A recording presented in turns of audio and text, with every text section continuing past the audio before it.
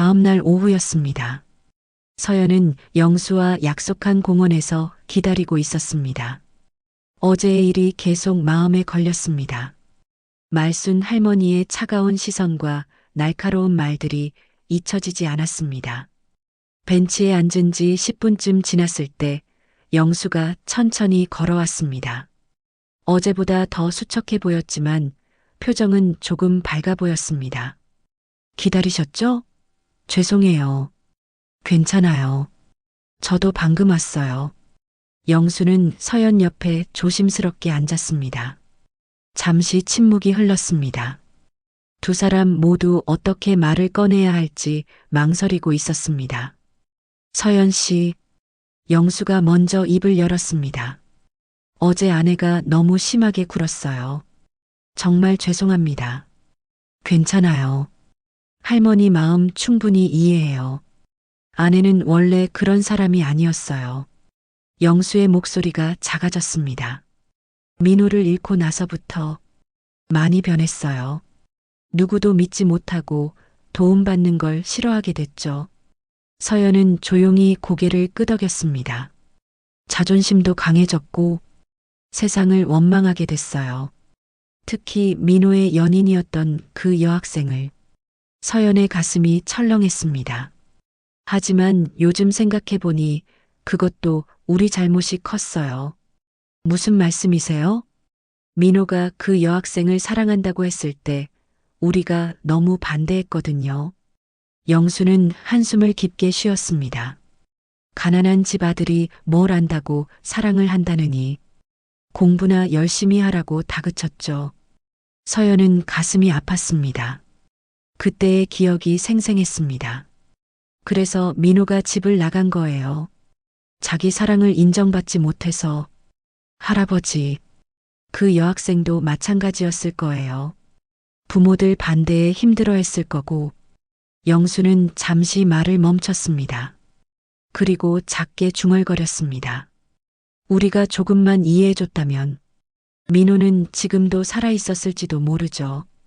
서연의 눈에 눈물이 맺혔습니다. 그동안 자신만 괴로워했는데 영수 할아버지도 똑같이 후회하고 있었던 것입니다. 할아버지, 그때는 어쩔 수 없었던 거예요. 고마워요. 그렇게 말해줘서. 영수는 서연을 바라보며 말했습니다. 서연 씨 보면 그 여학생 생각이 나요. 나이도 비슷하고 마음씨도 착하고. 서연은 더 이상 참을 수 없었습니다. 할아버지, 사실 저는. 그리고 부탁이 있어요. 영수가 서연의 말을 끊었습니다. 혹시 저희 집에 한번 오실 수 있을까요? 예.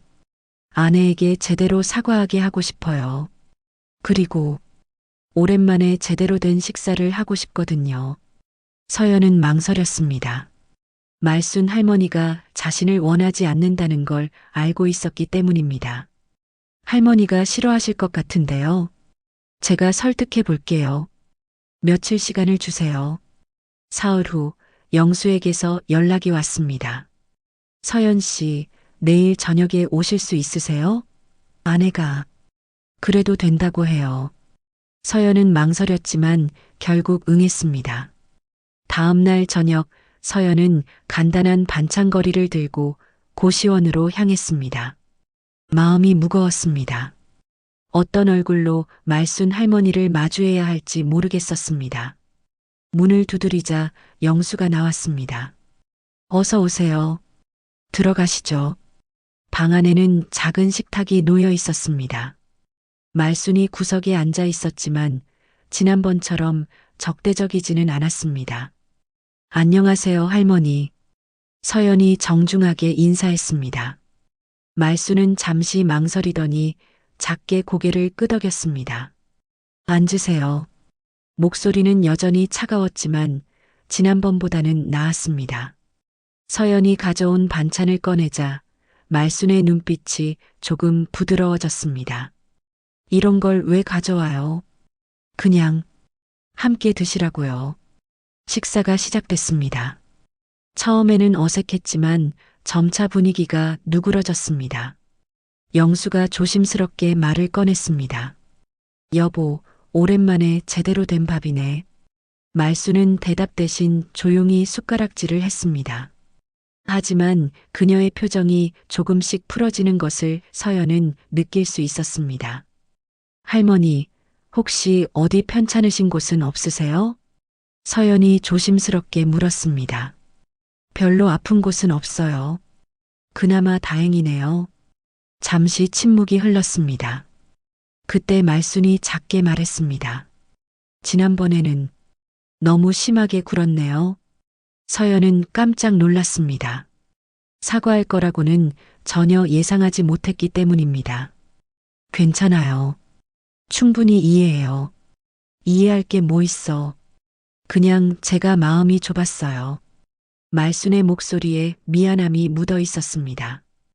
요즘 세상이 각박해서 누가 다가와도 의심부터 하게 되더라고요. 할머니, 특히 민호일 이후로는 더 그래졌죠. 말수는 잠시 숟가락을 놓았습니다.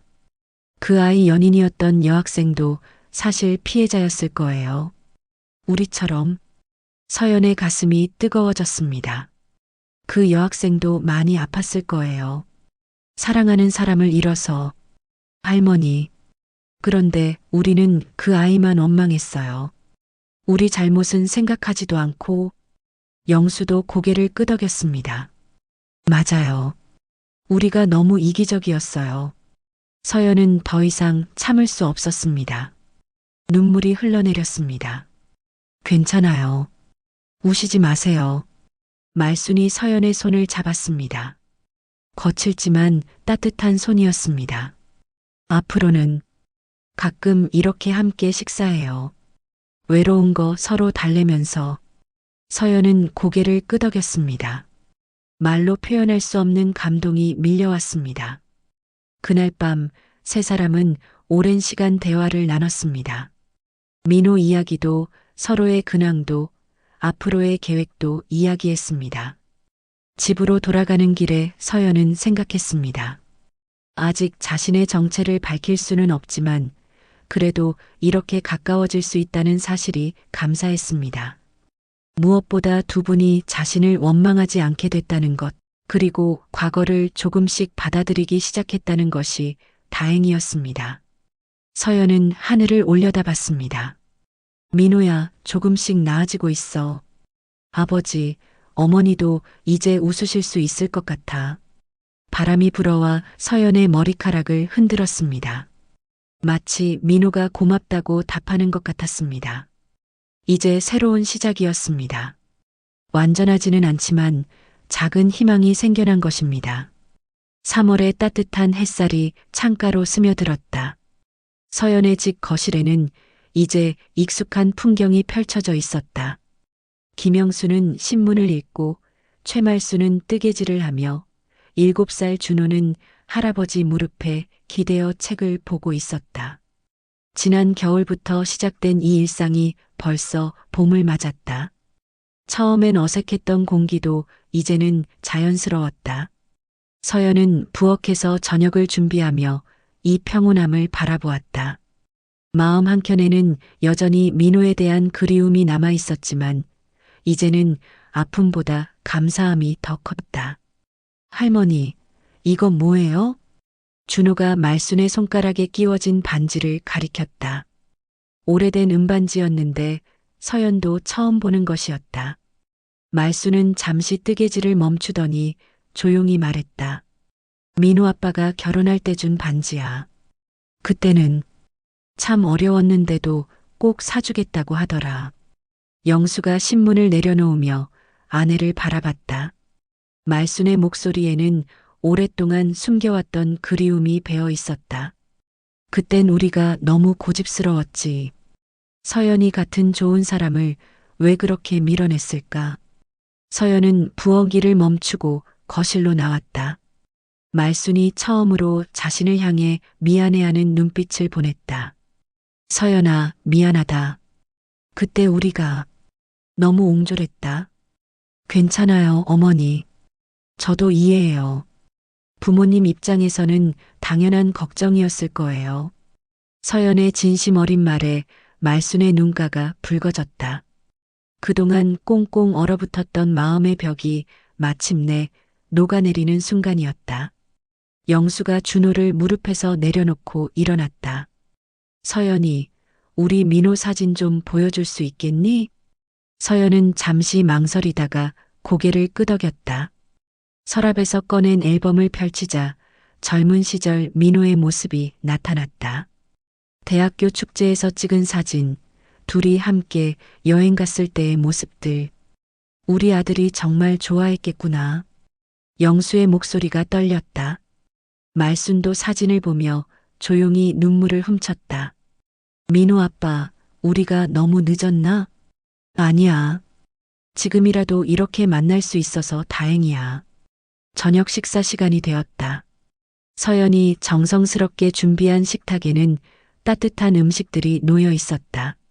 네 사람이 둘러앉은 식탁은 작지만 넉넉했다. 할아버지, 할머니, 저희 가족이 된 거죠? 준호의 천진한 질문에 모두가 웃었다. 말순이 아이의 머리를 쓰다듬으며 말했다. 그럼 우리 준호가 우리 손자지. 그럼 할아버지, 할머니한테도 아빠처럼 안아드려도 돼요? 영수가 팔을 벌리자 준호가 달려가 품에 안겼다. 그 모습을 보며 서연의 마음도 따뜻해졌다. 식사를 마치고 정리를 하면서 말순이 서연에게 말했다. 서연아, 고마워. 우리 같은 늙은이들을 이렇게 챙겨줘서. 어머니, 저야말로 감사해요. 혼자 준호를 키우느라 힘들었는데 이제는 든든한 가족이 생겼잖아요. 영수가 민호의 시계를 들여다보며 중얼거렸다. 민호야, 내가 하늘에서 이 모든 걸 다 맞춰준 거니? 창밖으로는 봄바람이 살랑이고 있었다. 벚꽃이 피기 시작한 가지들이 창문을 두드렸다. 서연은 설거지를 하면서 생각했다. 인생에는 예기치 못한 만남들이 있다. 그 만남들이 때로는 상처가 되고 때로는 치유가 된다. 민호를 잃은 슬픔은 영원히 남겠지만 그 슬픔 속에서도 새로운 사랑을 발견할 수 있었다. 잃어버린 것에 대한 그리움보다 찾아온 것에 대한 감사함이 더 컸다. 밤이 깊어가며 네 사람은 각자의 방으로 들어갔다. 준호는 할아버지, 할머니에게 안아달라며 보채다가 결국 모두에게 안긴 채 잠이 들었다. 서연은 잠자리에 들기 전 민호의 사진을 한 번 더 들여다봤다. 고마워, 민호야. 좋은 부모님을 만나게 해줘서. 작은 속삭임이 봄밤 공기에 스며들었다. 내일은 또 다른 평범한 하루가 시작될 것이다. 하지만 이제 그 평범함 속에는 서로를 아끼는 마음들이 가득했다. 가족이란 꼭 피로 연결된 관계만은 아니었다. 때로는 우연한 만남에서 시작되어 서로의 상처를 보듬어주며 만들어지는 것이었다. 봄이 왔다. 새로운 시작의 계절이. 사랑하는 사람을 잃는다는 것은 그 사람과의 모든 연결이 끝나는 것이 아니다. 때로는 그 사랑이 다른 형태로 우리에게 돌아온다. 예상하지 못한 만남으로, 예기치 않은 가족으로.